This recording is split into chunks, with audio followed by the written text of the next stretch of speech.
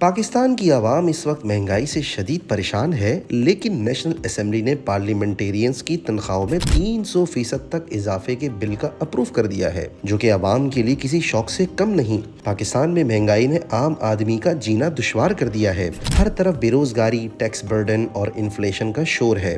लेकिन ऐसे वक्त में जब आवाम जिंदगी की जरूरियात भी मुश्किल से अफोर्ड कर रही हैं, MNAs और सेनेटर्स की सैलरीज 300% बढ़ा दी गई हैं। हुकूमत ने इस नए बिल के जरिए लॉ मेकर्स की तनख्वाह को 1,80,000 से बढ़ाकर 5,19,000 माहाना कर दिया है। आवाम के लिए हैरान कुन बात यह है कि ये सब उस वक्त हो रहा है जब मुल्क पहले ही इकोनॉमिक क्राइसिस का शिकार है। IMF से कर्जे के लिए भागदौड़ हो रही है और आम आदमी सैलरी और जॉब्स के लिए मायूस बैठा है। नेशनल असेंबली की फाइनेंस कमेटी, जिसे स्पीकर अयाज सादिक लीड कर रहे हैं, इस कमेटी ने ये सैलरी इंक्रीमेंट का बिल अप्रूव किया। ये भी कहा जा रहा है कि पहले MNAs ने माहाना 10 लाख रुपए की सैलरी डिमांड की थी, मगर स्पीकर ने इस डिमांड को रिजेक्ट कर दिया और 5,19,000 माहाना फाइनलाइज किया गया। यही नहीं, सैलरी के साथ साथ लॉ मेकर्स को फेडरल सेक्रेटरीज जैसे बेनिफिट्स भी मिलेंगे, यानी उनको सिर्फ सैलरी के साथ साथ और भी बहुत सारी फाइनेंशियल पर्क्स मिलेंगी। पाकिस्तान में इस वक्त 60% से ज्यादा आवाम गुर्बत की लकीर से नीचे जिंदगी गुजार रही है। हर तरफ से तरह तरह के टैक्स लगाए जा रहे हैं, जिसका असर भी इस गरीब आवाम पर पड़ता है, जिसे जरूरत जिंदगी की चीजें लेने पर भी टैक्स देना पड़ता है। और दूसरी तरफ हुकूमत के नुमाइंदे जिस तरह के माली फवाइद हासिल करते हैं,